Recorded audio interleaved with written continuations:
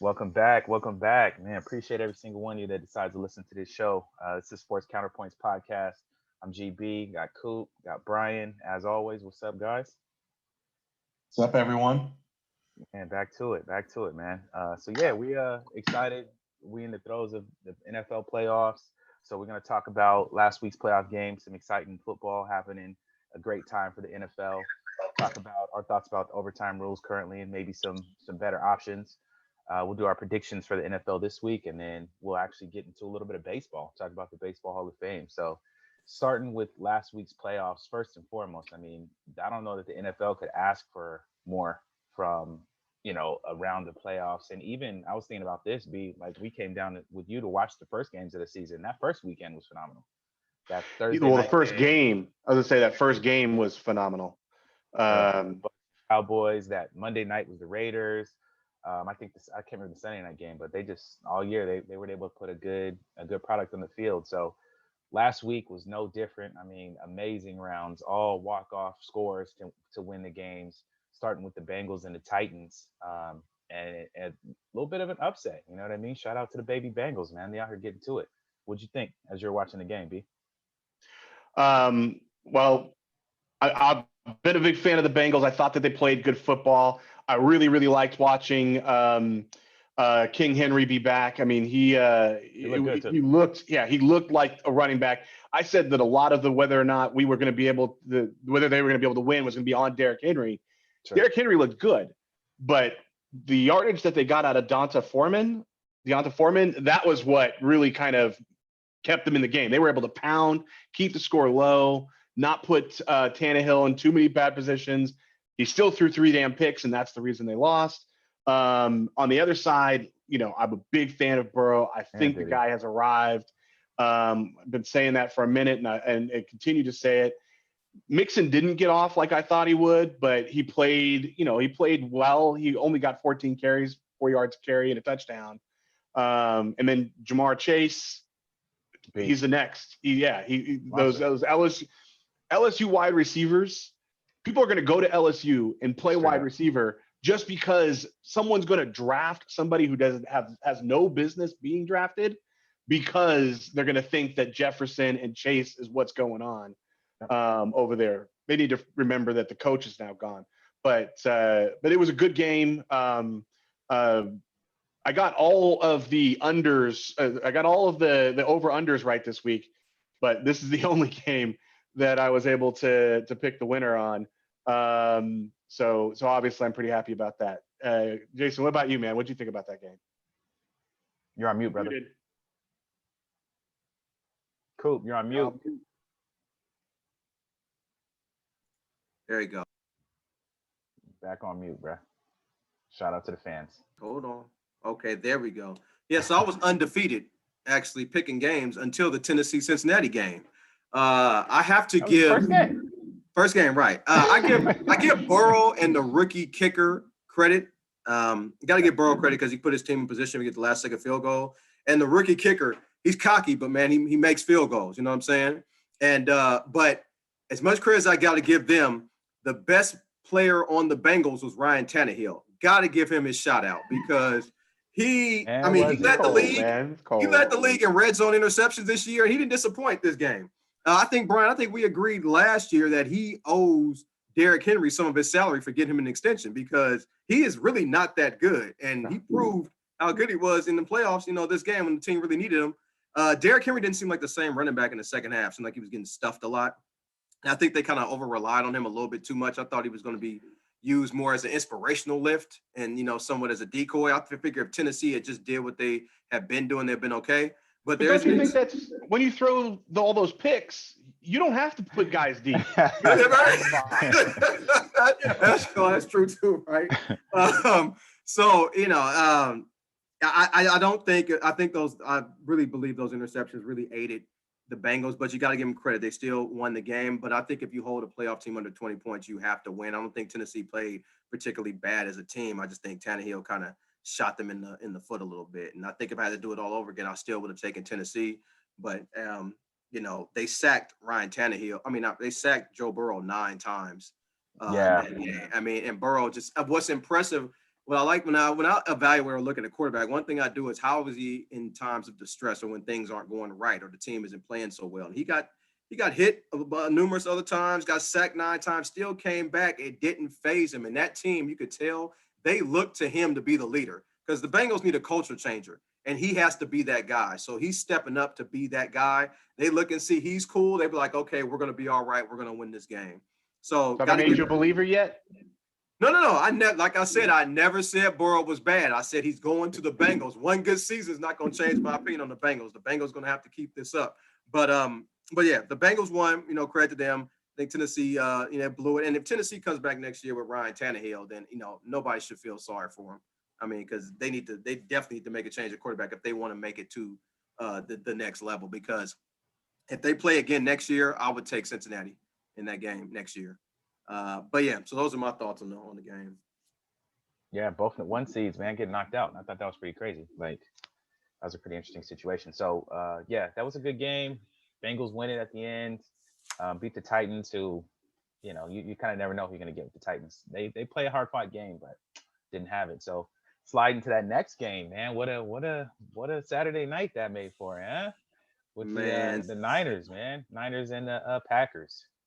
So I only watched the first half of the game. I didn't watch the second half. I watched the second half later, the entire second half. So I'm not going to say we, the 49ers, I can say we, damn it. We're the only team in playoff history ever score 1 touchdown and win a game. And it was a special teams touchdown at that. Even Kyle Shanahan said he didn't know how we were going to get into the end zone. I mean, I think that game was more Green Bay playing a whole lot worse than us, because I don't really believe in bad losses or great wins, but that I think is a bad loss for Green Bay. I think they had everything in their favor, and they couldn't get it done. And the person I blame the most, I know LaFleur took the blame. He's the coach. I get it. But the person I have to blame for that is Aaron Rodgers. When I watched that game, the replay of it, he only threw to 2 people, Devontae Adams and Aaron Jones. He didn't trust or throw anybody else. After Mercedes Lewis fumbled the ball in the first quarter, he stopped throwing to him. And I think somebody else had a drop, and he stopped throwing to that person as well. He only threw to 2 people. And on that bomb play towards the end of the game, when we tried to force it to Devontae Adams, Lazard was open right over in the middle of the field. It would have been the first down to sustain the drive. But Aaron Rodgers only really trusts, who he trusts. So he's not going to, spread the ball around everybody. I didn't know that Aaron Rodgers was 0-4 against the 49ers in the playoffs. And I didn't know that he's 11-10 in the playoffs. With a name like Aaron Rodgers, you would think it was a much better playoff record. I didn't know that as well. I know I've been a critic of Jimmy Garoppolo, but I will say if there's one thing he's done consistently since he's came to the 49ers, he can run a 2-minute drill. If you need a field goal with some time expiring, he can get you down there. And I think he probably didn't learn much from Brady, but he did learn that. So I got to give him credit for that. But like overall, Jimmy really hasn't played well. But I did notice on the injury report, his shoulder's not listed on there. I know he had a shoulder and a thumb problem. He got a shot in his thumb before the Dallas game, and he played well in the first half, kind of went off the rails in the second. He did not get a shot in the Green Bay game in his thumb, and that didn't work out so well. So I'm going to need him to get a shot in the Rams game so he can play better. He might need to get a shot both halves too. But I'll stop talking about that. B, what you think about that game? Because I know you had GB. Yeah, I did, and you nailed it. I mean, he only threw to 2 people, and statistically that's true, right? I was just looking at it. It's 129 yards to Aaron Jones and 90 yards to Devontae Adams, and the next closest was 6. Everybody else had a flat 0. You can't make a pick assuming that a great quarterback on the field is going to be awful. And that's what he was. I mean, so while you may give credit to Jimmy Garoppolo and all that kind of stuff, the 49ers were not a good team. They didn't play well. Yeah. They didn't play well. They didn't look good. It came down to special teams. And you even have said that they have a pretty good special teams pro group there. But one block kick for to stop 3 points at the beginning of the half, another block kick for the only touchdown that the team was able to score. I can't say that I'm impressed, but congratulations to them in getting ahead. And of course, I'm not going to root for Aaron Rodgers beyond that. I asked who I was picked. I asked who I would pick. I said Green Bay. I would stick by that. If the game was played again tomorrow, I would absolutely take Green Bay again. I can't imagine Aaron Rodgers having being that silly twice. If the 49ers want to be a team, they've got to get the ball in Deebo Samuel's hand. And that was something that they did not do early. And when the 49ers have played their best, it's been when Deebo Samuel has got established early and the other team starts to scramble to figure out where he's going to be and how to defend against him. And then they start taking advantage of other things. It happened in reverse this time. They tried to do a whole bunch of other things. And then later on in the game, started to go back to Deebo Samuel when you looked at the stat sheet and realized that his name wasn't really on it at that point. But anyways, it was a game. I don't know that this was the most entertaining game. I imagine it was probably intense for fans of either team. It was fun because to watch it was super close. Yeah. And we'll talk a little bit more about what I think about the 49ers in a minute. So yeah, but the 49ers special teams isn't really good, B. So it was surprising that they actually got a block. They usually it'd be a penalty or something. And Jimmy Garoppolo, like I said last week, last few couple games, 1 touchdown, 3 interceptions, nothing to get it. But he had like a 57 or something, the quarterback rating. I'm not in the rating, but I know that's low. So it's like it just, like I said, the last 2 weeks I've been telling 49ers fans, the last 2 weeks the 49ers have not played well. The other teams have just played worse. Dallas played stupidly and Green Bay just played bad. So, it's been 2 games. It's worked. I don't know how long. Oh, one telling thing about that game, though, I always tell people, you can always tell what a coach feels about his quarterback by the plays he calls. Well, 3rd and 7 on that final drive before a goal kicked that field goal, Shanahan called a pass play, called a timeout. Yeah, we're going to run the ball with Deebo. Yeah, I'm just not going to – I'm not going to trust him to throw the ball. And Deebo got to the 29, and then it was game over. So, I know it's a lot of Jimmy Love and his road record, second best in history, but you got to give a lot of credit to the rest of the team and Shanahan while that's happening. Yeah, absolutely. Yeah, it was a fun game to watch. Like, I'm in the Bay, so I was out, man. It was exciting. Like, it was close. As the game was going on, I was kind of figuring, like, as I was sitting around Niner fans, like, this is what you want, right? Like, the Packers can't score, it's close, you have a chance, and that's all you wanted, and they were able to sustain. To keep the Packers to 10 points, I mean, lowest point total for the weekend, pretty good at home in the cold. So Aaron Rodgers, they just didn't look good. The Packers just didn't look good. I don't know what that means for the future for them. They're talking about the team breaking up. They just lost their OC, right, to the Broncos. So I'm hoping that they're talking about him and Devontae going to the Broncos. Please stay out of my division. Go somewhere else, man. Y'all don't want to face Mahomes twice and Herbert twice. You don't want to do that. Go somewhere else. But yeah, Niners did what they had to do and pulled it off, man. But they better figure it out for next week because I don't think it's going to go down like that, even if they are buying up all the tickets.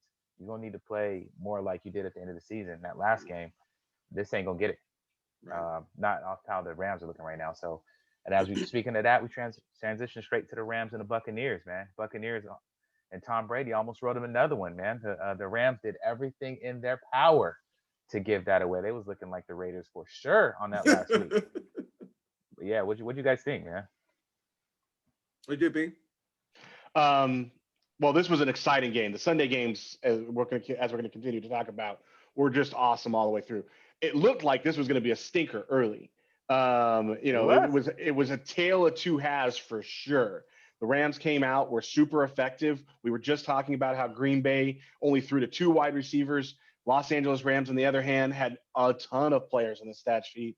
OBJ decided to have a little bit of an appearance there, get some catches, got 6 receptions for 69 yards. Tyler Higbee for 51. Cooper Kupp was unreal for 183 yards. Every week. Hey, there's what he does every week, which is outstanding. And then there's just where he was this weekend. I mean, in the second half, when they needed to find a way to kick a field goal, it was all Kupp all of the time. I mean, I think he didn't break 100 yards until the fourth quarter, and it was on like 3 plays. Yeah, the Buccaneers they did everything they could to make sure he got him. They really did.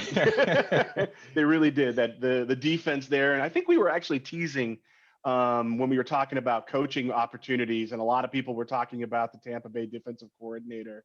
Us? Yeah. No. Yeah. And I want our brother to get a job, man. You mean Mr. Blitz happy? Oh yeah. Oh my God. But they certainly played that cover 0 on Cooper Kupp late in the game. But anyways, look, we have been having a lot of debates amongst our friends and over the season about Matthew Stafford. He is a very good quarterback for this team. He is a good quarterback in the league. And he's a good quarterback when it comes to the league, but he is a very good quarterback for this team. He had a passer rating of 121. You may not be into ratings, but that's high. That's high, right? Right. You threw what, for 366 yards and 2 touchdowns? I mean, he did everything right. And the guy on the other side of the field was no slouch in his career, right? Tom Brady did what Tom Brady did. A lot of people wanted to write this game off at the half.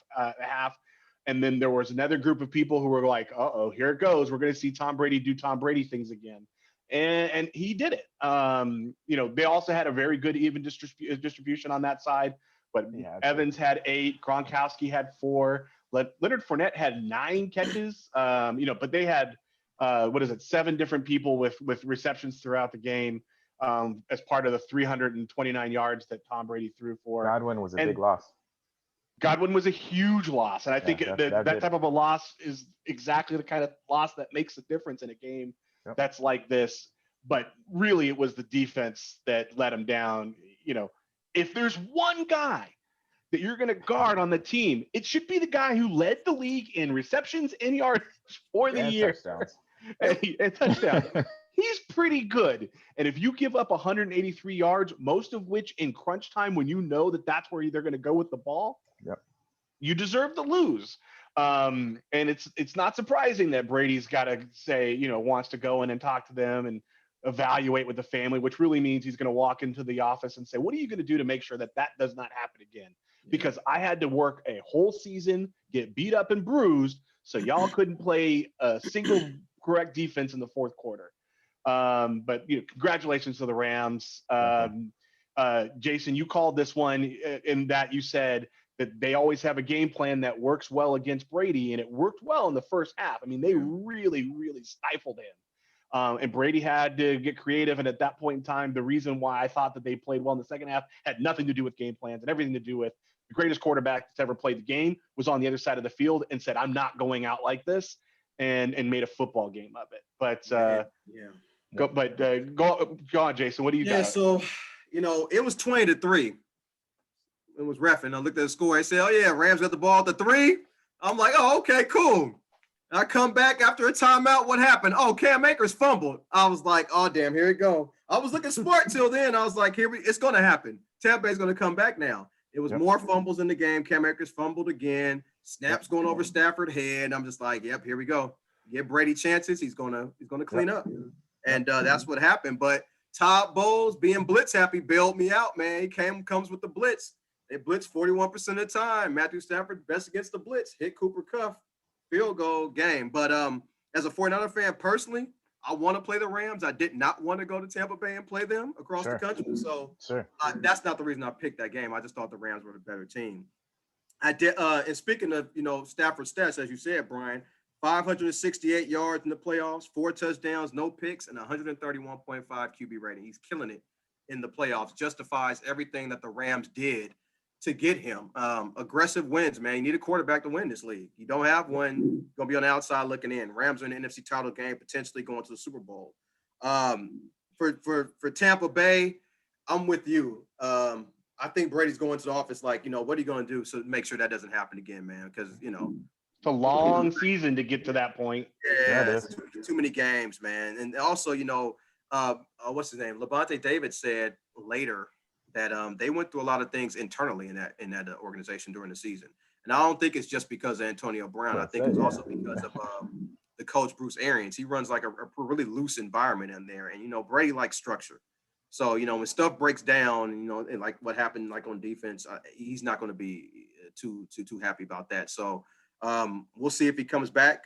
But, and I also did not know that the regular season leader in pass yards has never won a Super Bowl. And that was Brady this year. He was a regular season leader in pass yards. I never knew that.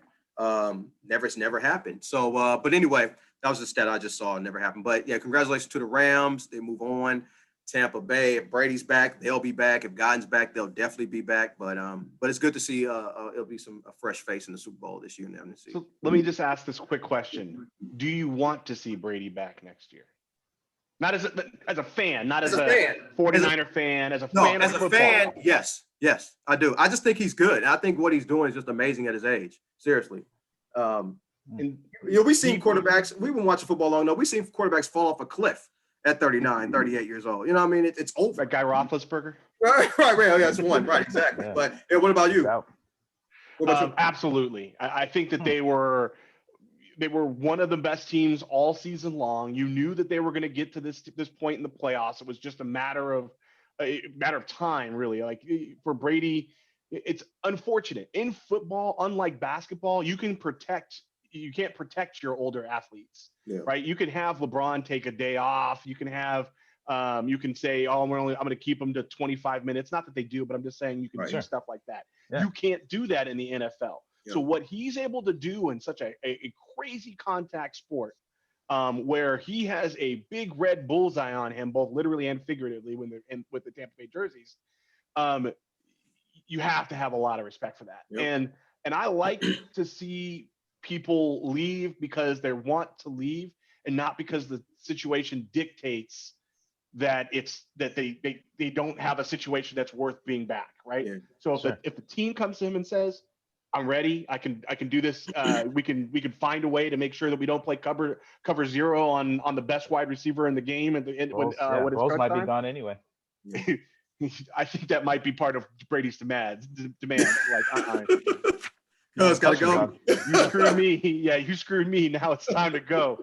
But I'd like to see Brady make a year of it, and I'd also like Brady to be able to say, "This is my last year," just like everybody knew Roethlisberger's last year. He deserves all of those accolades. And fans, I think it's always harder when you're in the mix. Like when people were watching Joe Montana, people didn't realize that at that point in time, he was the greatest there was, right? There are still a lot of people who want to make really silly arguments, and none of them are any good. Brady's the greatest that we're ever going to see, and we're seeing him right now.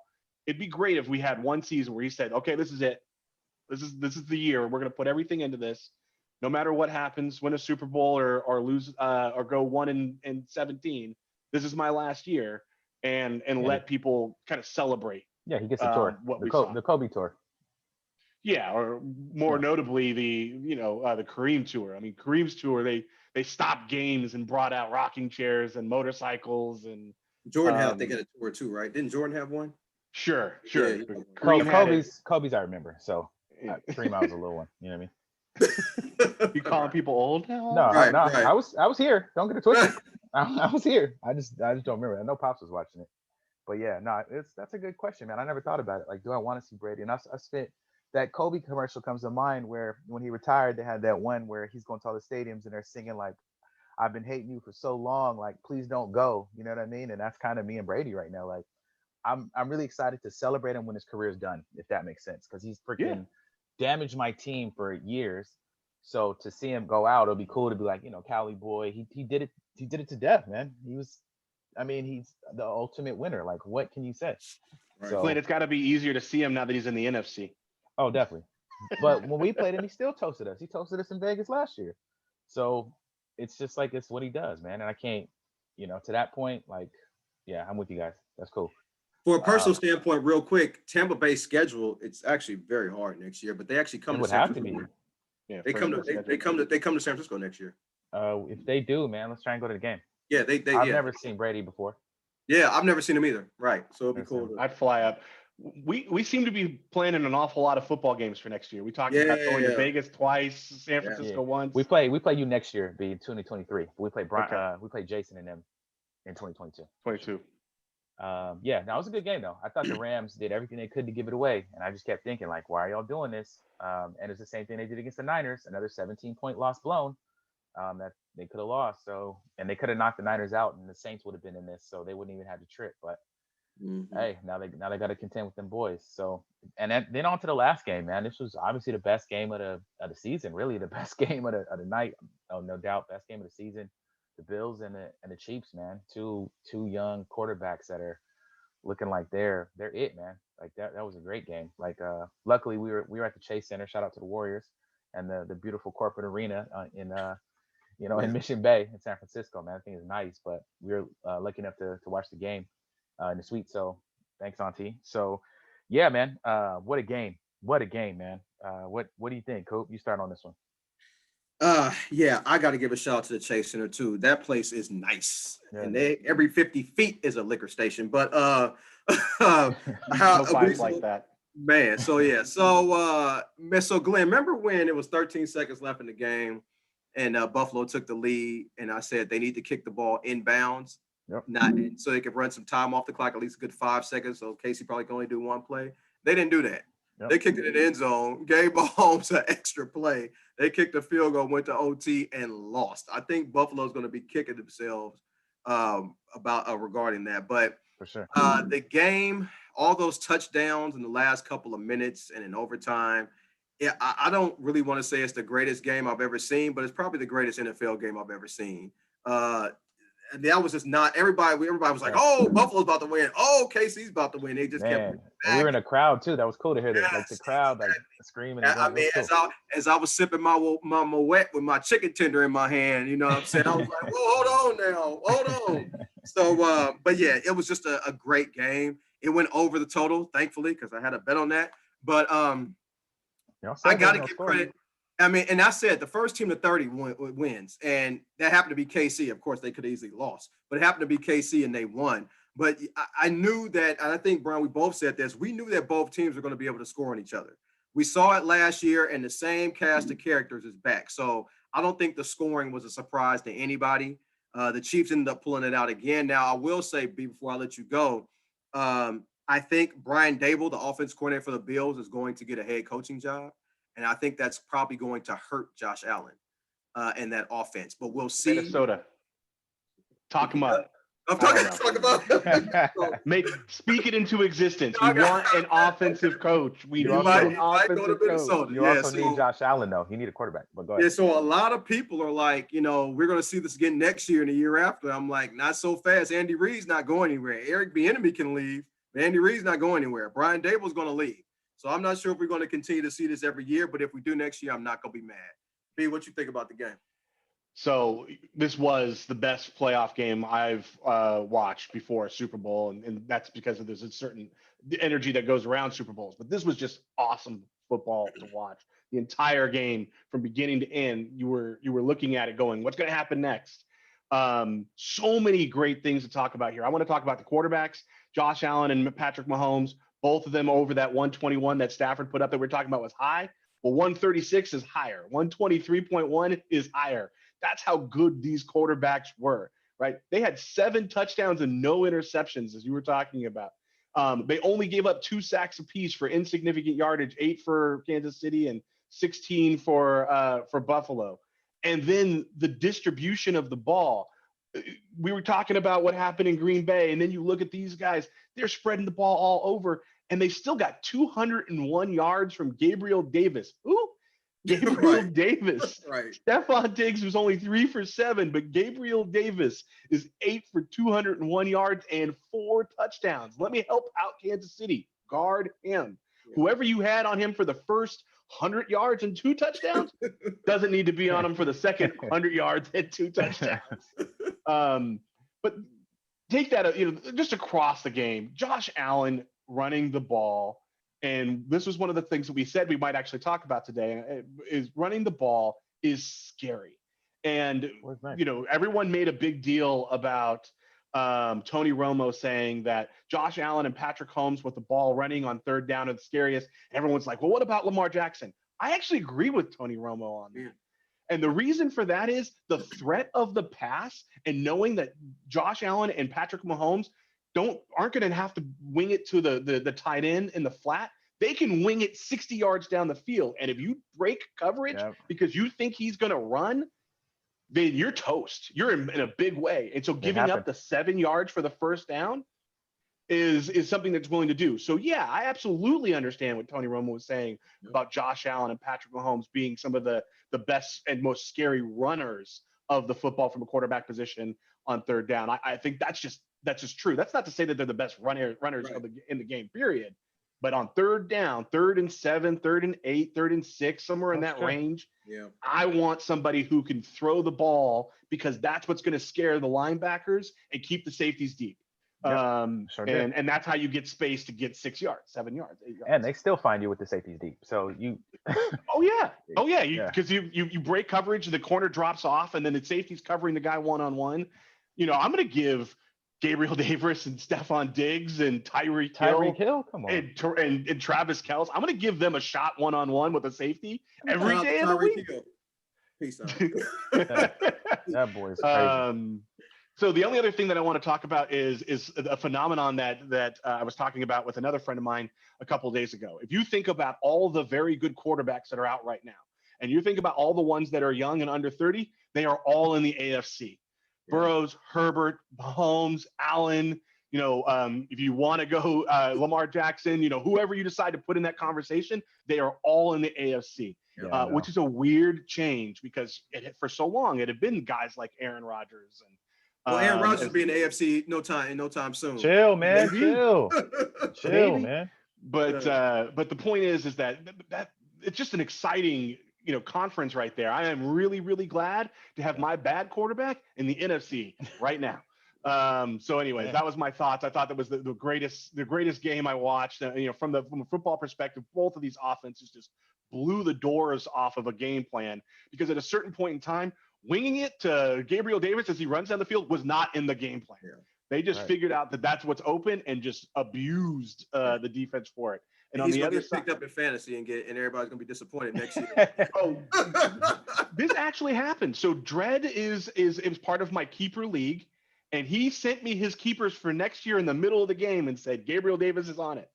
Now he's a different kind of dude when it comes to these things. He likes to call his Shout out shot. to Dredd.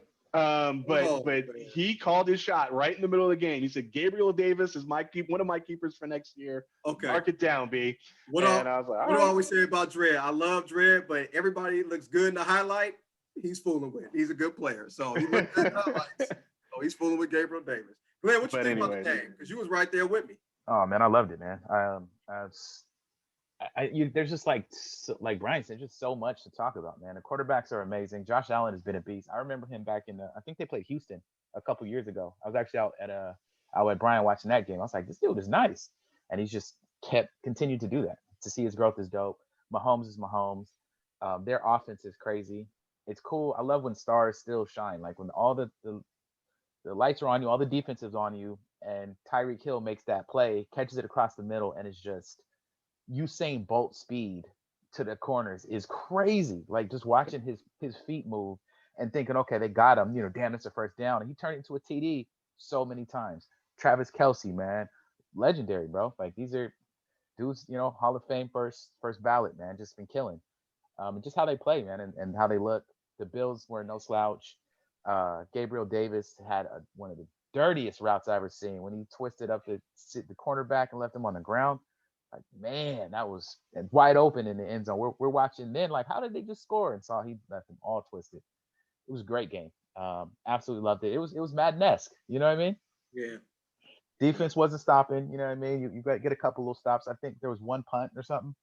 I remember like the Bills punter punted once. Like it was Madden-esque, man. That's what you want. People scoring TDs. So yeah, the Bills actually punted twice, and Kansas City did not punt at all. Yeah, they probably regret one of those punts because it was 4th and 1. And they gave the ball back to Kansas City. Sure. I think they were their own 34-yard line when they did that. So, well, you always regret a punt whenever Tyreek Hill is trying to catch it because he got 45 yards, and then they called there was a penalty, and then he did it again. yeah. So right.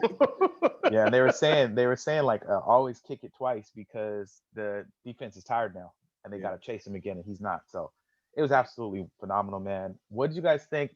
I know I started hearing a lot about the overtime rules and how they should change, and I thought it was. I mean, the rules have changed, right? Because before it was sudden death, you're out. And I kind of like if you stop making a field goal, cool, puts the onus on the defense.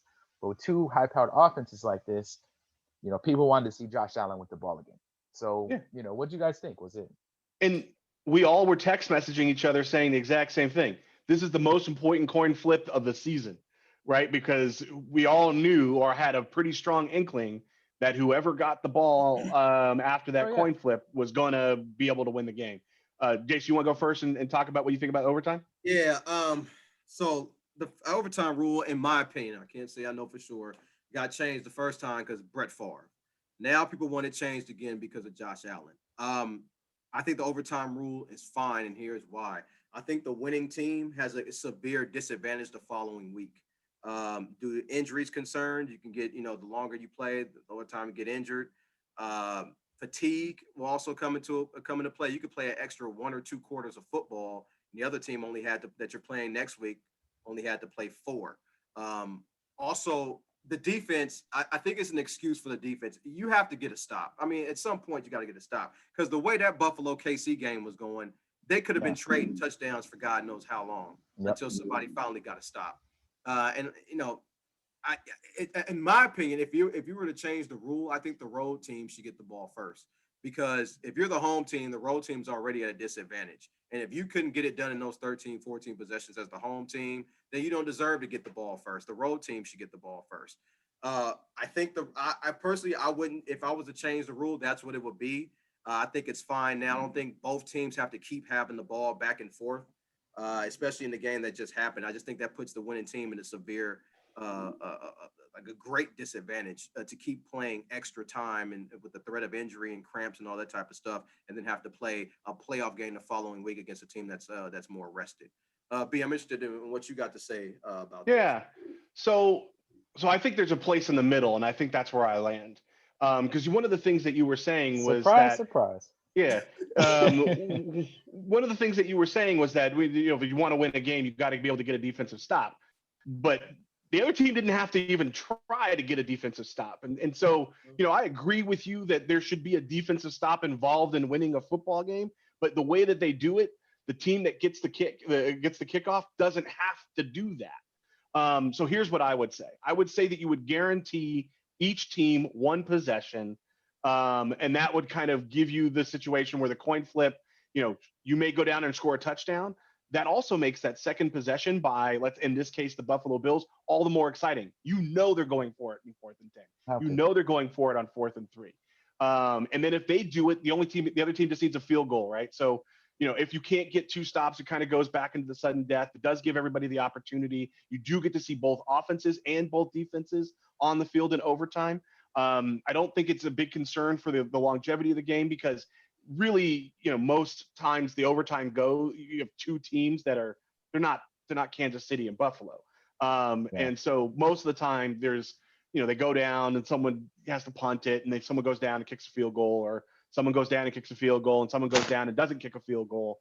It's usually that kind of stuff. So I think making that change only impacts a small percentage of games, and the games that it impacts are games like the Buffalo Bills and Kansas City Chiefs, which we would have loved to have seen what Josh Allen could have done with that pressure on him in an overtime, going down the field in a must-score a touchdown situation, as opposed to watching what we just got to watch, which was Patrick Mahomes in a must-score situation before that, to get into overtime in the first place. So I think it's exciting. I don't think it impacts it too much. I think that giving everyone 1, I don't think we should adopt college rules in the pros. Yeah, no. We don't need 70, this game could have very easily been 72, 70, 69 kind of a situation, if you had done that type of thing. And I absolutely agree with you that it would be detrimental both to health of players and their ability to perform the following week, right? If this game had gone to that point where they had a college rules, I don't care that I think Kansas City is probably the best team in the AFC. I'd bet against them, because they would would have been too much football. So I think that going the 1 possession each way, and then at that point in time, it's a sudden death anyway. It gives us an opportunity to see a little bit more great football when it's great, and then really doesn't impact the football games that aren't there or at the same place. That's kind of what I think. Yeah, I actually like a combo of both. I like the idea of the road team getting the ball. Yeah, me too. And then both teams getting, so basically it's not sudden death. It's if any score, they have a chance to match it. And if they can't, the game's over. If they can, then now it's sudden death rules, because they've matched you. Which in this game could have been the same thing theoretically, because they both might have just scored, and then you have the sudden death anyway. So I don't know. It's kind of tough. But I think in a game like this, like Brian said, no one they weren't saying that the overtime rules need to change during the Raider game in Week 17. They were saying it need to change because we have Josh Allen and Patrick Mahomes, and you're going to see them once a year if you're lucky, maybe twice, depending on how the season goes. So, I mean, to Brian's point, I don't know that it altered it too much, but I think it does give you a, like you said, now your offense, defense, and special teams are part of the game, and they're all relied on at the end of the game to try and win it. Especially, I mean, another reason I think it is because defense is dwarfed so much now. No disrespect to any little person. I'm using that as a reference to like a gaming reference, but it's like nerfed where there's so many calls against the defense. You can't touch the quarterback here. You can't hit him on the back of the neck. You can't swing your arm around the head. You can't it's so much against the defense that we're saying get a stop. And I agree, the defense has to get a stop, but it's already stacked against you and stacked for the offense that, it makes it more difficult. Whereas if you have both defenses on the field for at least that one drive, and then, it's regular sudden death after that, I don't think it hurts it too much. In that case. So yeah, I think still if you're that first team without the ball, you're going to automatically go for a TD, I guess. You know what I'm saying? It might depend. Like if it's 4th and 5, you may still kick the field goal and let your defense try and stop them. You know what I mean? So I don't know that every game's going to end up like this, but in this game, we did want to see Josh Allen with the ball. That's just how it boils down. So yeah, if the NFL votes on the offseason, you think they're going to adopt a new rule or keep it the same? They keep it the same because they're so stubborn that they need to see this 2-3 times before there's enough pressure. But I don't think that there's enough from one game. Right. Years from now could change this. But I do think that at some point in time, and probably not 10 or 20 years, I think more like 3 to 5 years from now, they're going to make that change. All you need is, and I'll tell you, the only way that they would have changed it is if that game had Tom Brady in it. Brady in it, yes. Tom Brady was in that game, they would have changed that rule. But anybody else, they're going to go, oh, Allen's a young guy. Mahomes is a young guy. They're going to have another opportunity. Herbert's a young guy. Burrow's a young guy. Yeah. That kind of stuff. But had that happened to had Brady been the Buffalo Bills, and that was the way that his career ended without an opportunity to see Brady go down the field and score the touchdown to tie the game and give his team a chance, they would have changed it right after the game. They would have gone out in the field and said, we just want to let everyone know that for the divisional division championships and the Super Bowl, the rules have changed right then and there. All the owners would have helicoptered in to change it too. That's just a difference on how it works. Yeah, no, it's a good point. Yeah, it was a great game. I mean, regardless, it was Madden-esque is all I could say, man. And rest in peace, John Madden too. But it was absolutely crazy. So it was fun. I'm glad it worked out to where we got to see it, because as I was driving to the game, I'm like, damn, I'm not gonna get to see it. And then it worked out that I got to. So I'm thankful it worked out. But great weekend of football. I don't think the NFL could ask for more. And now we go into this week, man. I mean, let's start with the AFC, and then we'll let you get yours at the end, Coop. Wait, is that? Well, I think you said we're gonna go in order. So no, it's AFC. Yeah, it's AFC. AFC. So you got the Bengals and the Chiefs at noon on Sunday. Who you guys got, man? How you think that goes? And the Bengals did beat them earlier. The most important thing, because this line has been all over the place. Okay, so what we got? So that's what I'm saying. Because let's go 7. No, we can't do 7. We got to do 6.5 or 7.5. I was going to say. I think the line is landed at 7. So it's at 7.5. Let's go 7.5. Let's go. I haven't checked it. I can check it now. But let's go 7.5. Well, because I'm looking at a site right now, and it's at 7. But I got 7.5. Okay, 7.5. So we're going to go with 7.5. All right. My pick'em, the pick'em that I do with a bunch of friends is at 6.5. So you're going to hear me tell 2 picks. I'm going to put in, because literally that's why I said we can't do 7. All right. At 7.5, right? I'm taking the Bengals. And the reason I'm taking the Bengals is I think this is a 7-point game. That's how, right? So if you had a 6.5 and a 7.5, I would take 2 different picks and enjoy the middle. I truly believe this is a 7-point game. I think the Chiefs are going to win it. I just think it's a 7-point game. And I think that I would, give up the extra half point and take the Bengals in that situation. I think this is going to be a good game. I just don't think Burrows, and you know how much I like this guy, going into Kansas City for a playoff game is something that is different. And I've never experienced it myself, but I have watched it enough, and I have heard enough people talk about it. I've heard people, professional athletes constantly talk about going into Kansas City in a playoff game and certain other places. It's not just the only place, but it's not going to be something that Burrows has been used to. Right. He's going to have to call everything on a silent count. And he's going to have to play the best football game of his career. Can he do it? He absolutely can. Would I bet that he'll do it right now? No, I wouldn't. But anyways, at 7.5, I'm absolutely going to take the Bengals one more time. And that's the way I see that. Now it's over under 54. That one's a little bit more difficult. I think that's a really awesome, or 54.5. I think that's a really awesome line. I'm going to take the over. And I'm going to take the over because I think we have two offenses that are pretty good. And Bengals is not nearly as good as Buffalo, but it's a pretty good offense, and they can score points, and they can throw the ball, and they can distribute the ball, not unlike Aaron Rodgers. But I don't know that it's going to be as high scoring as that Buffalo Bills Chiefs game, and I just don't think the Kansas City Chiefs have a great enough defense to lock them down. So there'll be points. Sure. Anyways, that's where I land. Okay. This is the blowout of the weekend. I'm taking KC minus a 7.5. The Bills defense is better than the Cincinnati's defense, and they shredded the Bills defense. I think the Bengals winning the first game is actually a disadvantage. When Kansas City plays that team again, the last 4 times, they've won and covered the spread. I think KC doesn't take teams seriously a lot during the regular season, but when you're on their radar, they do. And I think they're going to take Cincinnati seriously, as they should. The first game, the Bengals were also aided by penalties that kept drives alive to help them win that game. Another thing, Brian, I like Kansas City's offensive line over Cincinnati's defensive line, and I like the Chiefs' defensive line over the Bengals' offensive line. I can't trust a team that just gave up 9 sacks to the Titans. That's just hard. You can't protect the quarterback. I don't see how they go into Kansas City and cover the spread. Plus, they were outgained by the Raiders in the first playoff game. They were outgained by the Titans in the next playoff game. And their offense, though we all know it had its moments during the regular season to be explosive, they've only scored 1 touchdown in the last 6 quarters. It's been nothing but field goals. So, and a lot of people have talked about Joe Mixon, but I don't think Mixon is really a factor.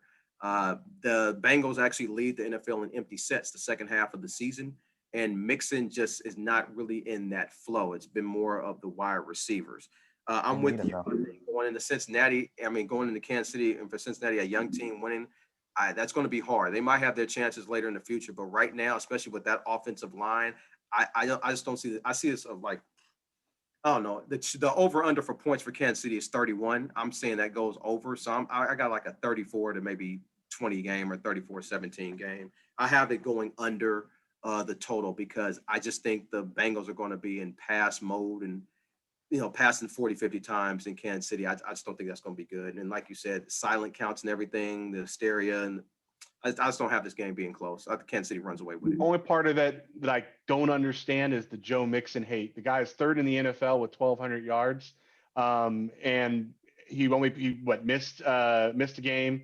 I don't know. I think he's a hell of a lot better than you're giving him credit. Sounds like for. Coop's just saying he's not going to be a factor in this game. He's not going to be a factor in this game. Well, I understand that, but you said that he's not a factor because they run a lot of empty sets. If they ran a lot of empty sets, he would.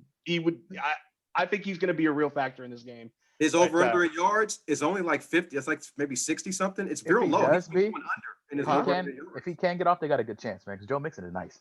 Yeah, Joe Mixon. I've watched him run all over. So Joe Mixon is nice.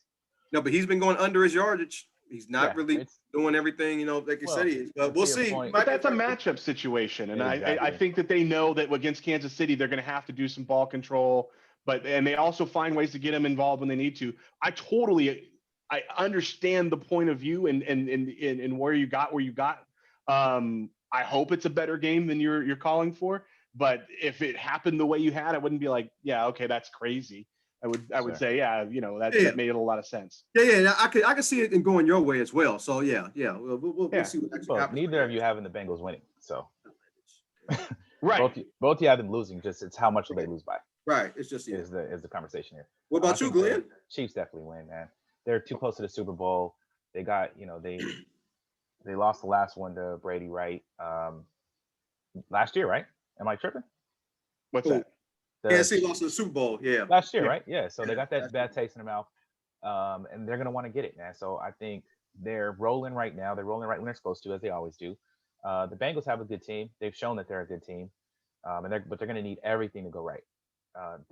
Could they win? I think they could, but like I said, they're gonna need everything to go right. I'm not gonna bet against Mahomes, Tyreek, Kelsey, and them boys in a must-win game to go to the Super Bowl.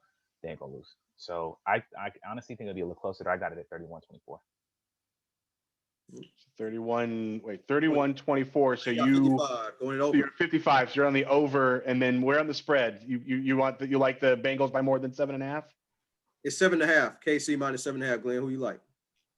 I think You win by 8. Yeah, I mean, I'm gonna go with what I got. So then I think they won't cover then. Okay, so you got the Bengals. Okay, plus the points. Cool. All right, that was cool. Yeah. So The last game. yeah, man, back in LA, man. Surprised that we made it this far. I'm not going to lie. Man, parking costs as much as Bay Area rent. I remember our first show when we finally got back this season, and both you and I were way down on our teams. Yeah. To be here has to be a pleasant surprise for you. To be and I don't want to jinx it, but if we lose, it's a successful season. The way this thing is going, seriously. But what I do find funny, and Brian, I know you're in the LA area, is that the Rams are complaining about home field. I don't think the Rams know when you're in LA, you can't force people to care about you. You're not high on the food chart. You got Lakers, you got Dodgers, you got SC. The Rams are somewhere probably, down there or whatever. But, because the 49ers, it was a home field advantage for the 49ers last game, Brian. So they're trying to restrict, They were trying to block where you could buy tickets from. They were trying to block Bay Area ticket zip codes. Right. Area zip codes for buying tickets. Right. But to get to By the way, game, I like that. Yeah, I like that. I don't have a problem with either. Ticketmaster was like, no way, but I'm not mad at the Rams for that. Right. Yeah, I'm not mad at either. Exactly. Your fans should do it automatically, but I'm not mad at them for trying to create that. Yeah, exactly. Do what you do. But I've talked to some people about this game, and people have asked me, why do the 49ers always beat the Rams? And I say, because the formula is simple.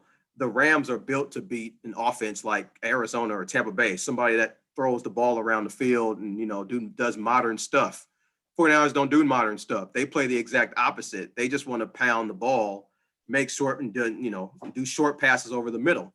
Yep. And they were like, well, they got Ramsey and in corners and everything. I said, yeah, but they're on the outside.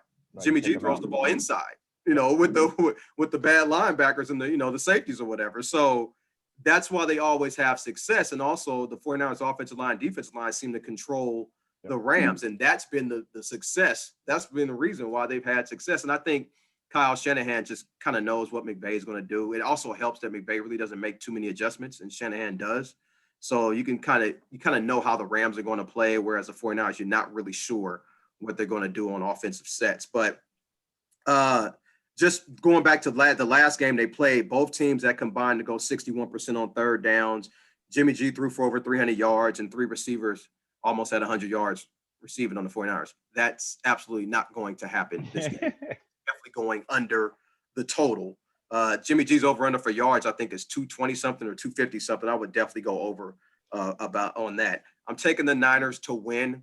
The Rams just have proven, no matter who's on their squad or how good their players are, individually talented they are, they just have trouble playing against the 49ers. And I think that's really in their head. So I'm actually looking at this game the way it starts. Will the Rams be tentative, or will they come out tenacious? Because I know they don't want to make any mistakes, because I think once that first mistake happens, they're going to be like, oh, damn, here we go again. Especially with the Niner fans in there. Yeah. And I also want to see if there's going to be, most Niner fans, because, Matt Stafford's wife said, they were going on silent count in their own home stadium, which was something that, he's not used to. She never seen before. So I want to see how the stadium is as well. But I'm going to take the Niners plus the 3.5. I have this game definitely going under the total, and it has more to do with matchups and game plan, Brian, not so much that the 49ers overall are just a more talented team than the Rams. but it just seems like they kind of have their number on what to do offensively and defensively to pull out wins against them. What do you think? So I think a lot of the things that you said I agree with them wholeheartedly, right? So I didn't know, but it doesn't surprise me that in Los Angeles, you can get a home field advantage for the visiting team for a game. But when you're doing it for the divisional championship game, where the Super Bowl is going to be played 2 weeks later, and that has never happened before, LA fans want to be a part of that. And they stop selling their tickets and they go crazy, and they're already set up over there for this game. I think it's a different stadium. I think it's just because of all the hype that I'm hearing about it, being out here. I don't think that the San Francisco fans will be able to have that dominance in the crowd like they were before, just because now the LA fans have woken up, right? We're a group of, there's a large number of fair weather fans or whatever you want to call it. The weather's great. It's going to be 70 degrees and sunny in California, and it's in a dome. And, the weather's great when it comes to the LA Rams right now. And even people who, weren't Rams fans, they're Charger fans, they're blah, blah, blah fans. They want to be there because they want to be there when the Rams could possibly be the first team to play in their home stadium. And if you think it's going to be crazy. So I think that kind of erases that. The other thing is that the last time that these two teams played in SoFi, Garoppolo threw for 300 and something yards, and Deebo Samuel threw a touchdown. In other words, they played outstanding football all across the board for the 49ers, and they won by 3. So when you think about all that and you look at the way that the 49ers have been able to play and win games, they've been able to play and win games in the playoffs by making them ugly, right? By waiting out the Green Bay Packers when the weather got ugly and their whole game plan worked out really well, running into the middle and busting up people and just kind of pounding away. That's not going to happen in a dome on 70-degree weather in Southern California. And I really like Stafford to bounce back. I think this is his everybody needs to shut the F up moment. Anyways. I'm one of them. I couldn't say anything about him last week, but I stay kind of, so. Yeah. And so anyways, I got the Rams -3, it's -3.5. I've got the Rams covering that spread. I've got the under because I don't think that it's going to be a huge game. I think obviously the 49ers, as you very, very keenly laid out, are going to want to pound, grind, Slow it down. for all the success that they had the last time throwing the ball with 300 yards from Garoppolo. I know your coordinator does not want to see that ball in the air for 316 yards again. Right. And as a result, they're going to try and keep the game slow and low scoring. And I think the Rams have enough that, and then Cooper Kupp's in a different zone right now. I mean, they don't have nobody to match up with him. And even if they had a great corner, he's in a zone. And when players get sometimes being a great defensive player just isn't enough because someone is at that point. Right. And for whatever reason, he is streaking right now. It is fun to watch. When he runs a route, it is as clean as anything. He always finds the hole in the defense. If you're Stafford, sometimes I wouldn't even call a route, like go get open. And he's going to say, okay, cool. I've been working them inside. I'm going to break out and go inside. And it just works. So anyways, I'm not a huge Rams fan, but I do like what they're doing. I do feel like they've played good football in the playoffs, as opposed to, I feel like the 49ers have won bad football games in the playoffs. And so as a result of that, I'm going to take the team playing the good football. And again, the 49ers have done an amazing job of finding ways to win games they shouldn't win. So if they did it again, great, more power to them. Yeah, I'm with you though. The Rams should win this game. I mean, they should win. The way they've been playing, they're the healthier team. I know Deebo got nicked up last game. I know Kittle's nicked up. We know Jimmy is nicked up. The Rams should win this game at home for the chance to go to the Super Bowl. This is why you get us Matt Stafford, to be perfectly honest with you. It's for these games. right here. I am interested though, because Cam Akers, since he's been back, he's only averaged 2.5 yards a carry. Now I wonder if how the Rams running game is going to look. Because he fumbled a couple times last week, and I know Sonny Michel never fumbles. Key times. Yeah, Sonny Michel doesn't fumble, but he's not as good as Cam Akers talented wise. So that'll be interesting to see. But Glenn, how do you think about this game? How's it going to play out? Man, I thought you guys both made some good points. I think I've said this when we did the podcast weeks ago, that the Rams to me were foolish for not knocking the Niners out when they had the chance, because they could lose this game. The Niners are built to beat this team, and they have beaten this team. However, I don't think this ain't the time. You're one game away from playing at home in the Super Bowl as an LA team that, like you said, they're further down the hierarchy. I know Rams fans, right? But you saw the stadiums; they weren't full like that, just like the Chargers, right? So trying to build, and I was actually thinking about this and kind of laughing to myself. They actually took the Lakers model. They were like, we don't need no draft picks. Get established stars.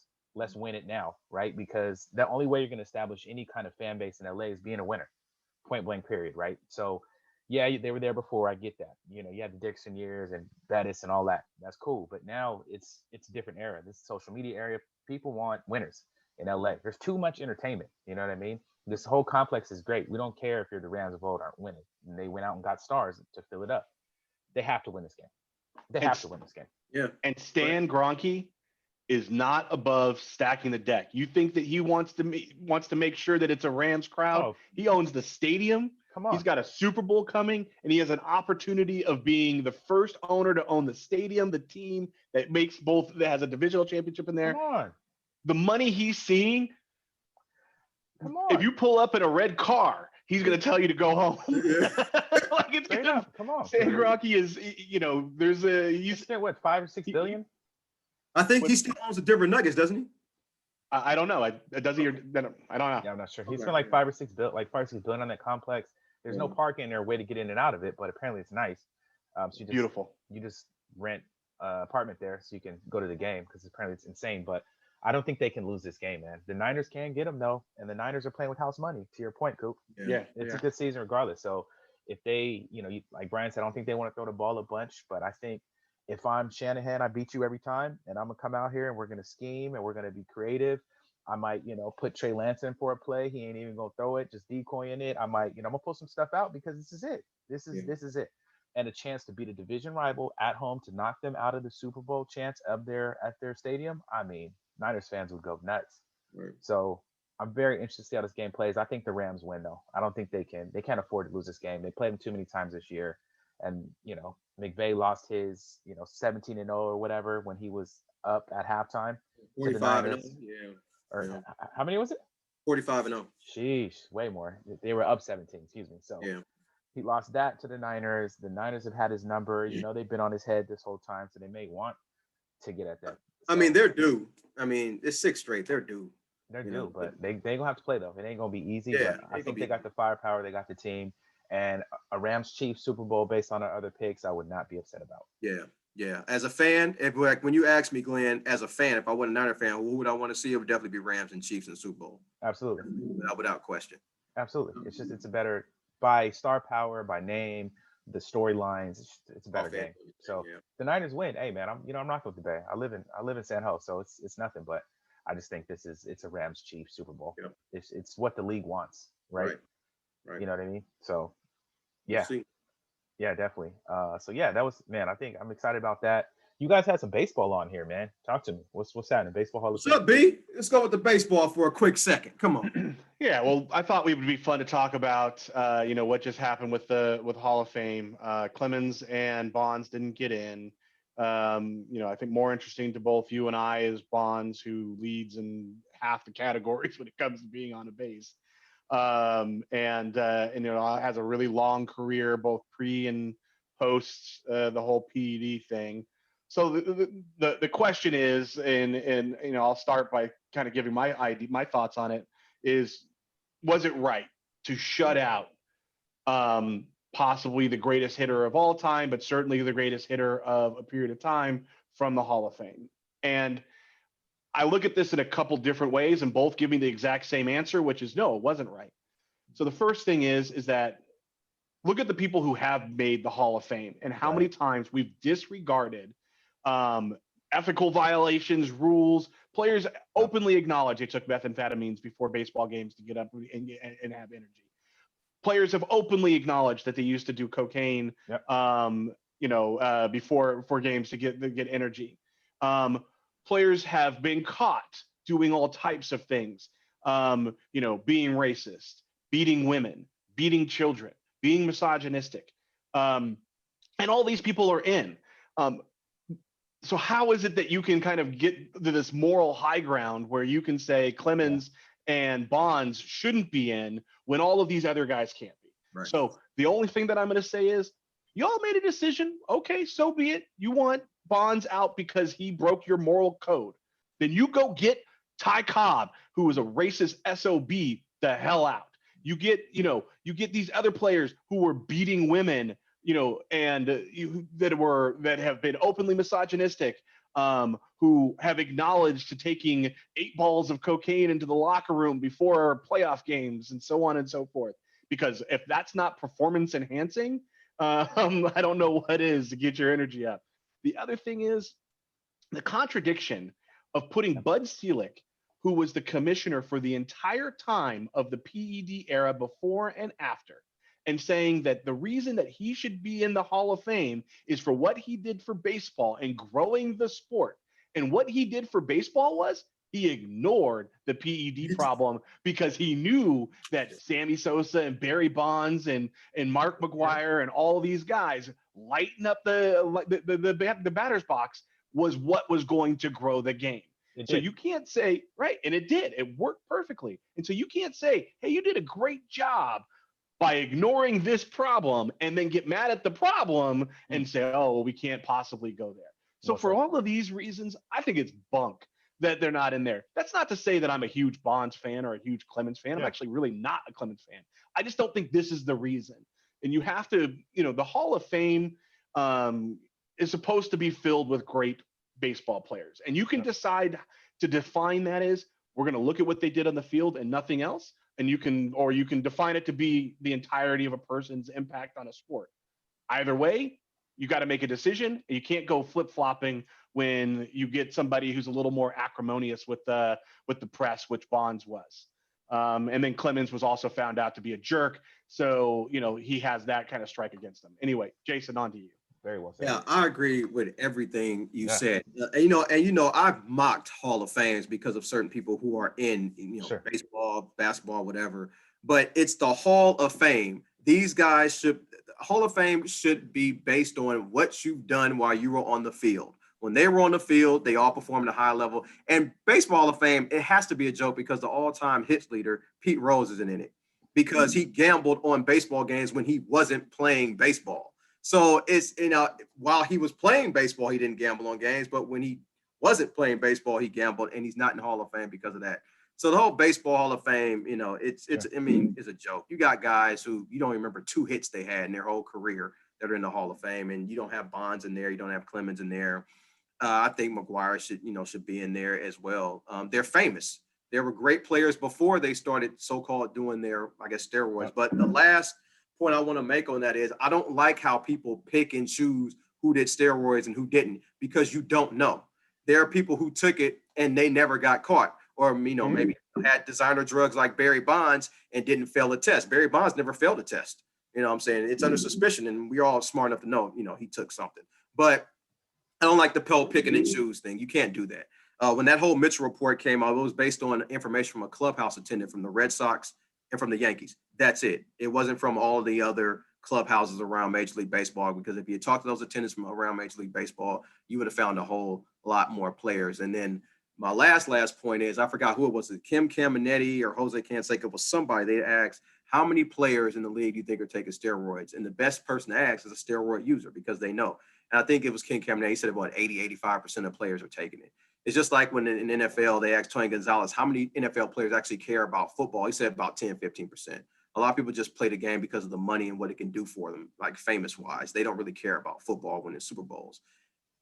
You got to believe what those players say. They would know. So I'm with you, Brian, on everything you said, and I don't like the whole picking and choosing who did steroids and who we want to let in and who we don't. Either base it on what they've done on the field or just don't do it at all. And steroids doesn't automatically make you a great player. There were a lot of people who took steroids and they suck. So, and those players were great before the whole little performance enhancing thing. I don't want to go too long on that. Glenn, what about you? Yeah, one I had to look up acrimonious, so that was cool. Yeah, that was real nice. It's angry and bitter, but yeah. So I thought I agree. I thought Brian said everything he said was spot on. You guys have said it all, man. I think the only thing I was gonna add was what you just added, Coop, was that you still got to hit the ball. You still got to run the bases. You still got to like being bigger and gaining some weight and getting bigger.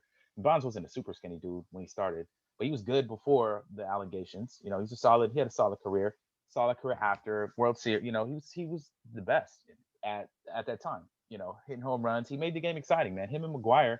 I don't care about baseball now, but I was watching then. We was tuning in. You know what I mean? So to Brian's point, they grew the game. If you're gonna make it a Hall of Fame, they were that. They were great players. They created the fame. They added to it. I don't know that it's fair to cut them out of it because of especially an allegation. It'd be different if you have here's the situation, it's a stone cold fact, etc. But the other issue is if you're an owner of the team, you can do cocaine all you want in the office, and no one tests you for that. So why, you know what I mean? Okay, cool. I just, I don't think, so like you guys said, everything you guys said was spot on, man. Don't pick and choose. Barry should be in there. If you're gonna go to Cooperstown and walk around, you should see Barry Bonds. He's one of the best baseball players to play. Period. And here's what I'm going to be real darn curious. So A-Rod was on the ballot this year. He got 35%. Barry Bonds in his first year got 35, 36%. Barry Bonds got to 66% over the 10 years. I just have a sneaking suspicion that because A-Rod is now an idol on television and in the social media hype and spotlight, and the guys, an owner, and the guys who are going to be able to put that ballot are going to be influenced by social media and all these other things that are going to happen over the next 10 years. When he gets in and Barry Bonds didn't get in, it's going to be even a bigger problem. I do think that he will get in, and we're going to have to ask some really hard questions about whether or not we need to go back and revisit things. And then when you start redoing and rethinking how we do baseball, and like they have and they did it in the NFL, they put the veterans thing that you can get back in a second opportunity. They're going to end up doing something like that in baseball. Yeah, and A-Rod's part of the media, and A-Rod's actually pretty good. Baseball analyst. He's a great analyst. Yes, that's the point. Good. He's not the curmudgeon, and he's dating Jennifer Lopez, and he's dating all these other people. He's out there. Barry Bonds went down into Orange County and started hitting golf balls 400 yards off the tee, and went black, like dark, until he came out to become a coach in San Francisco again. So I wish. Hey Barry, man, blackout. I'll let your boy. Let me get one of these 400 yarders. Yeah, really. Man, word. No, it was a good show, guys. I really enjoyed this one. I think that's our show, man. We ran through our topics. We're at our last segment, man. The minute to win it. So I don't know if you guys have anything prepared. Man, I'm gonna go first and be brief. NFL, you see who the final four coaches are: Shanahan offense, McVay offense, Andy Reid offense, Zach Taylor offense. Stop hiring all these damn defensive coaches. You might want to get some offensive guys. I'm talking to you, Denver. I'm talking to you, Chicago. Just hired a defensive person. Las Vegas. Probably gonna have to play against Aaron Rodgers. If Minnesota gets it together, you're gonna have to play against them. Detroit, you don't have to worry about, but still, I mean, you got to get an offensive guy now in this league. And thing is, people tell me, well, they just can hire an offensive coordinator. Yeah, but if he's good, he'll be gone in 2 years, and you have to hire yet another one. In Kansas City, in San Francisco, the Rams, Cincinnati, they don't care if their offensive coordinator leaves. The coaches are pretty much calling the plays anyway, and they control the offense. So the league is now 65% offense, about 30% defense, and 5% special teams. Go out and get yourself an offensive guy. Denver, do not compete. Your defense isn't stopping Mahomes, Herbert, or Derek Carr. It's just not. You're going to have to get some offensive guy in there to compete. I think Denver probably should go to defense. That's probably the best thought process for that team. But yeah, and you made the point about the Buffalo Bills offensive coordinator being a hot commodity. Yeah, absolutely. Along the same lines of what you just said. And McDermott's a defensive coach. He's going to have to hire another one. Yeah. Well said. Well, Shout out to for me, it's shout out to the Minnesota Vikings who hired not only a black GM but a very well qualified one. And I listened to his kind of opening, speech to the press today. I did not know who he was until his name popped up a day or so ago. But after doing some research and reading about him, I got real excited about what I think could be not only a great match, but a great opportunity for someone who I feel like deserves an opportunity and represents a lot of us who are underrepresented when it comes to GM offices in the NFL. So Kwasi Adofo-Mensah, one of the things that I looked up and almost initially was, where did he start? And he was hired by the San Francisco 49ers.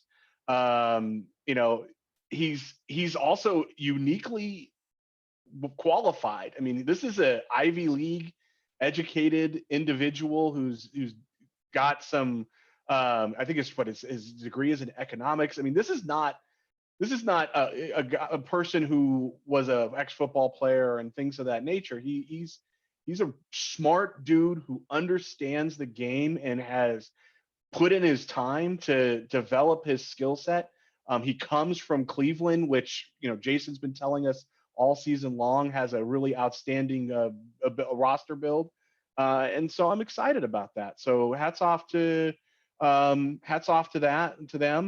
I really think that it could be a very, very interesting season.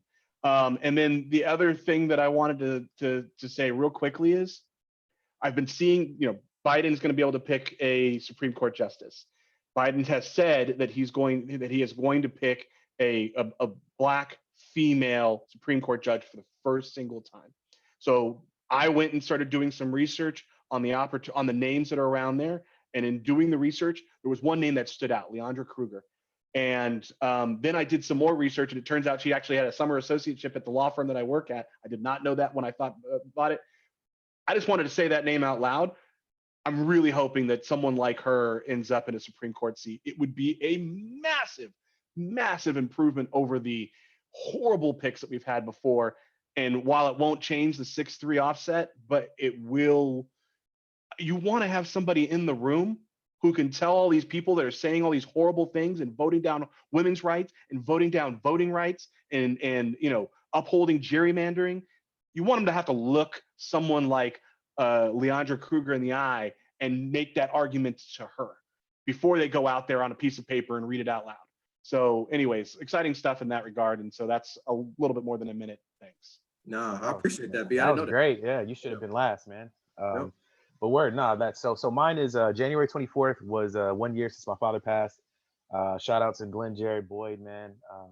I'm nowhere, without him and my mom and my sister and you guys, right? Because y'all my big brothers, you know what I mean? You guys helped raise me too. So, but my dad, I'm just thankful to be his son, thankful to be here now. This podcast, I bring him up because he's the reason I'm a Raider fan. He's the reason I'm a Laker fan. He's the reason I understand the game. He's the reason I play golf. Came back with the club. So my sports life starts with that man, and I'm super thankful for it. The Coliseum you see behind me, shout out to Oakland always, man. I'm always an Oakland Raider. I'll be in Vegas, please believe, but I'm always gonna be an Oakland Raider. That's my dad. First game with him. My grandfather was rest in peace, also an Oakland Raider fan. So just thankful to be his son. Thankful to be a part of this show with you guys and to talk about topics that him and I spoke about. And my football knowledge, my basketball knowledge, baseball, sports in general comes from talking to him and understanding who came before me. So I really just love to my dad, man. Love you guys. Thank you for being a part of this show. And man, I'm just excited to keep it going, man. So that's our show, January 27, 2022. You guys got any last words? Only that you were supposed to be last on this one. Yeah, definitely. Respect. Definitely. Respect. Yeah.